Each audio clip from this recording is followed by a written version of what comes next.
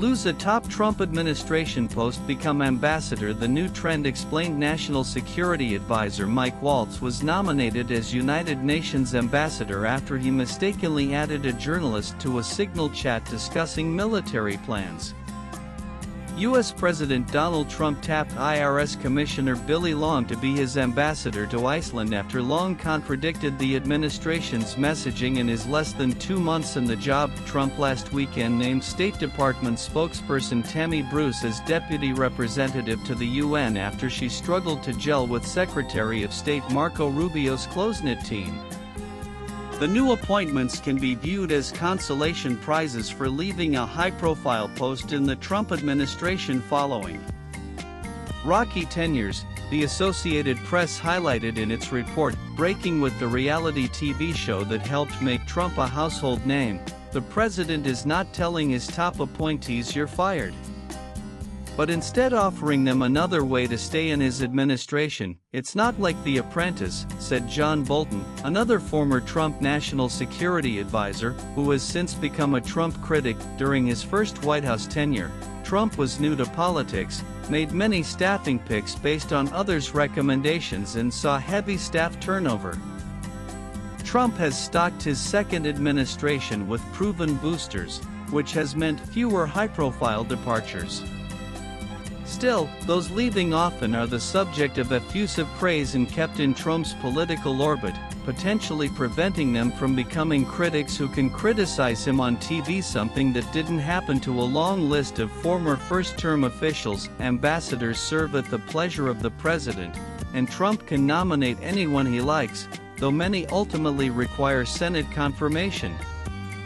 Typically, top ambassadorships are rewards for large donors. To it is a tremendous honor to represent the United States as an ambassador, which is why these positions are highly coveted and reserved for the president's most loyal supporters, said White House spokesperson Anna Kelly.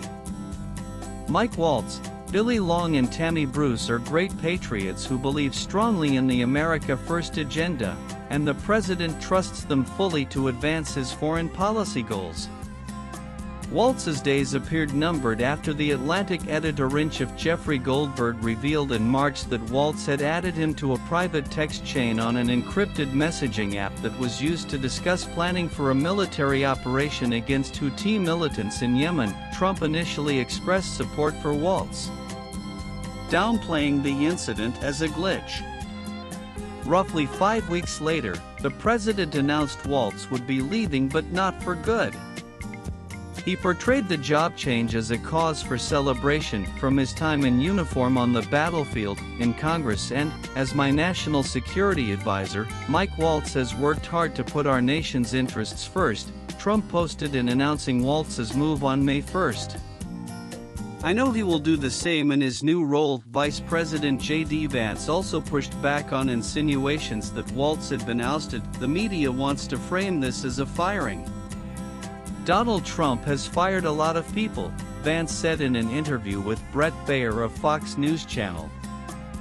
He doesn't give them Senate-confirmed appointments afterwards. Bolton, who served as U.S. ambassador to the United Nations under President George W. Bush before becoming Trump's national security advisor in 2018, called it a promotion to go in the other direction, but not the way Waltz went. The lesson is, sometimes you do more good for yourself looking nice, Bolton said of Trump's reassignments. A former Fox News Channel contributor, Bruce is friendly with Trump and was a forceful advocate for his foreign policy.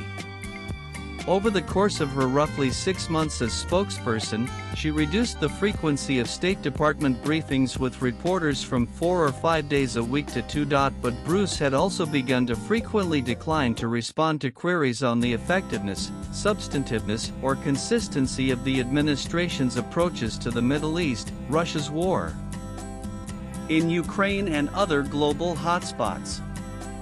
At one point, she told reporters that Witkoff is heading to the region, now to the Gaza area, but then had to concede that she had not been told exactly where in the Middle East he was going. Trump nonetheless posted Saturday that Bruce did a fantastic job at the State Department and would represent our country brilliantly at the United Nations. Former U.S. Deputy UN Ambassador Robert Wood, who served as Deputy State Department spokesman during President George W. Bush's term and as acting spokesman during President Barack Obama's term, voiced skepticism that Bruce's new position was a move up. Wood later became the U.S. ambassador to the UN Conference on Disarmament through the rest of the Obama's tenure and all of the first Trump administration. Given the disdain in MAGA world for anything UN, it's hard to imagine Tammy Bruce's nomination as U.S. Deputy Representative to the UN being seen as a promotion, referring to Trump's Make America Great Again movement.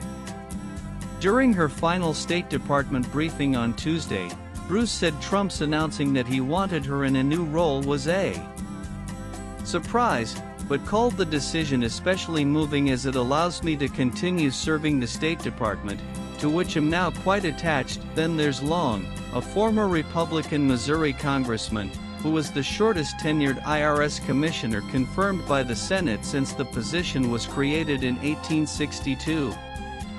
He contradicted administration messaging on several occasions. Long said last month that the IRS Direct File program would be eliminated.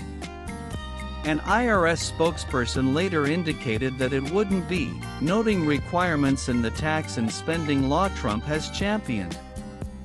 The Washington Post also reported that Long's IRS disagreed with the White House about sharing taxpayer data with immigration officials to help locate people in the U.S. illegally. After learning that Trump wanted him in Reykjavik, Long posted, "Exciting times ahead." White House Press Secretary Caroline Leavitt declined to say Tuesday why Long was removed as IRS chief and being deployed to Iceland.